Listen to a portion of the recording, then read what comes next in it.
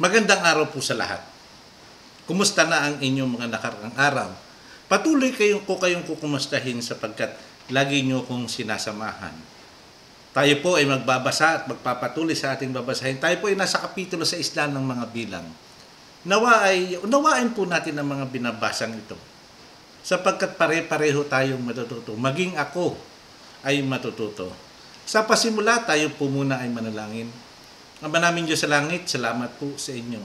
Salamat po sa pagkakataon na pinagkakaloob niyo sa amin na kami po ay makapagbabasa sa inyong banal na aklat. Mababasa po namin ang mga tagubilin ninyo. Na sana po ito ay matanim sa aming puso't isipan. Salamat po, maraming salamat sa inyo. At ang lahat po ay hinihiling namin at tinatagubilin kalaki pang paggabay ng banal na Espiritu sa amin upang ito po ay maunawaan po namin. Ang lahat po ay hinihiling namin sa makapangyarihang pangalan ng aming Panginoong Hesus. Amen.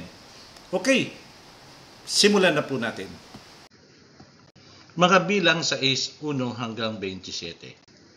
Sinabi ng Panginoon kay Moses, sabihin mo sa mga Israelita kung ang isang lalaki o babae gagawa ng isang panata na itatalagan niya ang kanyang sarili sa paglilingkod sa akin bilang Nazareo, kailangan hindi siya iinom ng alak na mula sa ubas o kahit sa anong nalalasing na inumin. Hindi rin siya gagamit ng suka na galing sa anumang inumin na kalalasing. Hindi rin siya dapat uminom ng katas ng ubas o kumain ng ubas o pasas. Habang siya ay Nazareo, kailangan hindi siya kakain ng kahit anong galing sa ubas kahit na buto o balat nito. Hindi rin niya gugupitan ang kanyang buhok habang hindi pa natatapos ang kanyang panata sa Panginoon. Kailangang maging banal siya hanggang sa matapos ang panahon ng kanyang panata. Kaya hayaan lang niyang humaba ang kanyang buhok. Habang hindi pa natatapos ang kanyang panata sa Panginoon, hindi siya dapat lumapit sa patay. Kahit na ama pa niya ito, ina o kapatid, hindi niya dapat dungisan ang kanyang sarili dahil lang sa kanila. Dahil ang kanyang buhok ay simbolo ng pagtatalaga niya sa kanyang buhay sa Panginoon. Kaya buong panahon ng pagtatalaga niya ng kanyang buhay, ibinukod siya para sa Panginoon.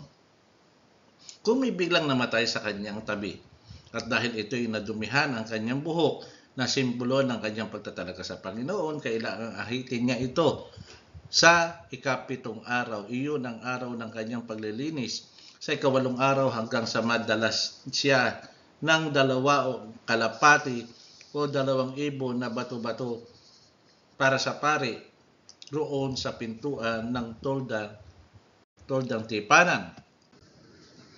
Ihahandog ng pari ang isang bilang handog sa paglilinis at sa kanyang bilang handog na sinusunog sa pamamagitan nito mapapatawad siya sa kasalanan niya sa paghipo sa patay sa mismong araw na iyon. Itatalagan niya muli ang kanyang sarili at muli niyang ihapahabain ang kanyang buhok.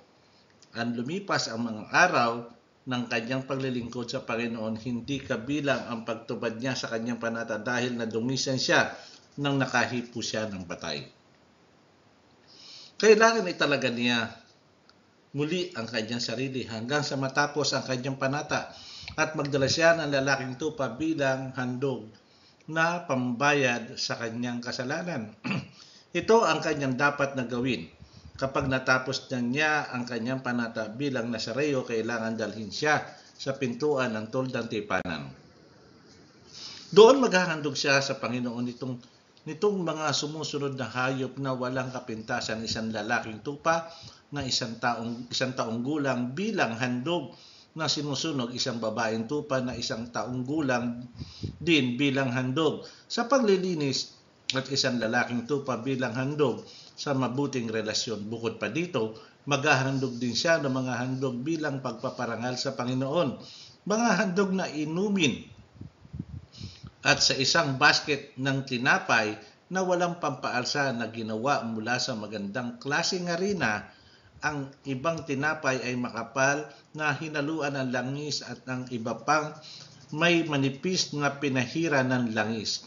Ang pari ang maghahandog nito sa Panginoon. Ihahandog niya ang handog sa paglilinis at ang handog na susunugin.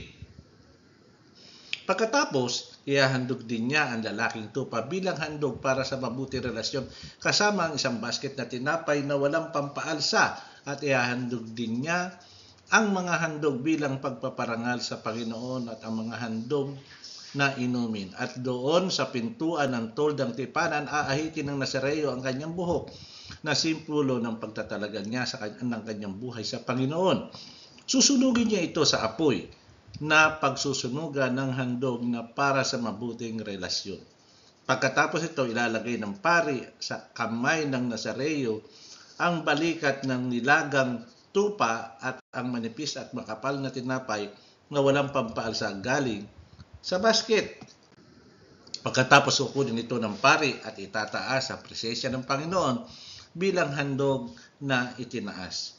Banal ang bahaging ito ng handog at ito ay para sa pari, pati ang dibdib at paa ng tupa na itinaas din ng Panginoon. Pagkatapos na maaari ng makainom ng alak at ng naubas ang Nazareo. Ito ang tuntunin para sa Nazareo. Pero kung nangangako ang isang Nazareo na maghahandog siya sa Panginoon na sobra sa ipinatutupad sa kanyang panata, dapat niya itong sundin. Sinabi ng Panginoon kay Moses, sabihin mo kay Aaron at sa mga anak niyang lalaki na ito ay kanilang sasabihin kapag magbabasbas sila sa mga Israelita, pagpalain sana kayo ng Panginoon. Ipakita sana ng Panginoon ang kanyang kabutihan at awa sa inyo at malulugod ang Panginoon sa inyo at bigyan niya kayo ng mabuting kalagayan. Sa pamamagitan nito'y maipapahayag niya sa mga Israelita kung sino ako at pagpapalain ko sila.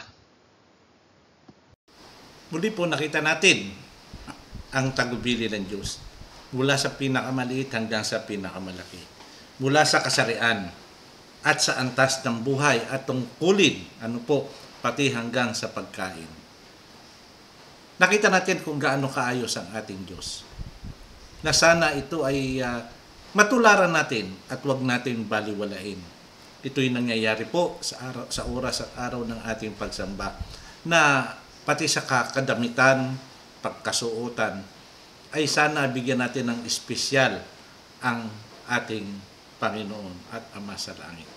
Sa pagtatapos, tayo po muna ay manalangin. Ama namin Diyos sa langit, salamat po sa inyo. Salamat po sa mga biyaya at pagpapala, karunungan pang espiritual, kalakasan, kalusugan, at sa buhay na inyong patuloy na pinahihiram sa pagpapagaling nyo sa aming mga karamdaman. Maraming salamat po. Sana po ay sa aming natutunan ay may apply po namin sa aming buhay at ma-share din po namin sa iba. Pagpalain nawa po nyo ang aming mga balakin sa buhay. At patuloy namin hinihiling sa inyo, Ama, ang pinapatayo naming bahay-sambahan sa Balasing, na sana po ito ay matapos ng tapos na tapos. Magsusugo po kayo ng inyong mga anak upang kami po ay bigyan ng ayudang panggastos upang ito po ay maging matayo ng maganda sapagkat ito po ay ang inyong templo. Isugo ninyo ang may bukas na bulsa at bukas na puso at ang kaloobang mapagbigay. Salamat po sa inyo at ang lahat ay nahabili namin ang aming buhay sa inyo. Pati po ang mga manggagawa doon sa inyong templo ay tinatagubilin po namin sila sa inyo. Maraming salamat po at ang lahat po hinihiling namin at pinagpapasalamat. Alang-alang po lahat sa pangalan po ng aming Panginoon Jesus. Amen. Okay, magandang gabi po sa inyong lahat at sana ay magkita-kita tayo muli sa susunod na video. At samahan niyo po muli ako. Muli ang biyaya at pagpapala ng Panginoon ay sumaatin. Magandang gabi po.